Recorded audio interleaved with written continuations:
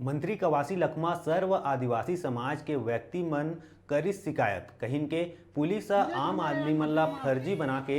मारत हे, जेकर जांच में नक्सली नहीं बल्कि आम आदमी पाए गई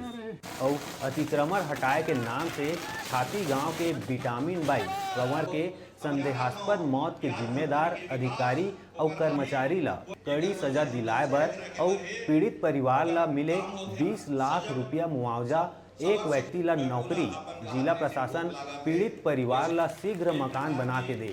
जेकर मांग लेके जम्मो आदिवासी समाज धमतरी अंबेडकर चौक में स्वागत करी।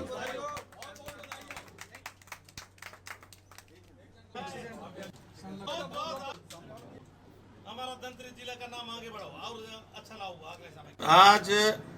मेरे को आदिवासी समाज के लोग ज्ञापन दिए हैं, इस बात को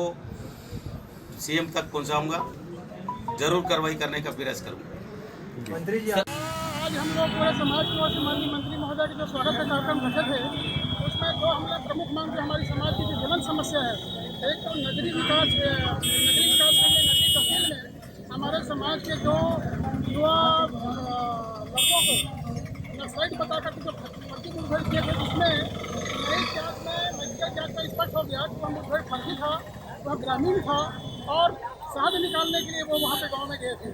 उसको नक्सलाइट बताकर जो फर्जी मुठभेड़ में मारे गए हैं, उस परिवार को न्याय दिलाने के लिए, उचित मुआवजा दिलाने के लिए उस परिवार को, और क्योंकि वह युवा थे और आने वाले दिनों में वो अपने परिवार का भरण पोषण करता, इसलिए उनके परिवार के एक सदस्य को शासकीय नौकरी अनुकंपा नीति देने की हमने मांग किया है। साथ ही साथ जो छाती विकास खंड में जो एक आदिवासी महिला है जिसका मकान तोड़वाली एक नया तहसीलदार गई थी पूरे फोर्स को लेकर के, और वहाँ पे बड़े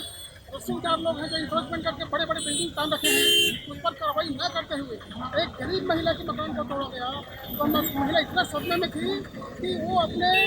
मेहनत के एक एक पाई जोड़ करके वो मकान बनाई और इतने सदमे में थी कि वह आत्महत्या करने में मजबूर हो गई, और जिस समय वहाँ उसका मकान तोड़ा जा रहा था उस समय वो जहर खा गई। ये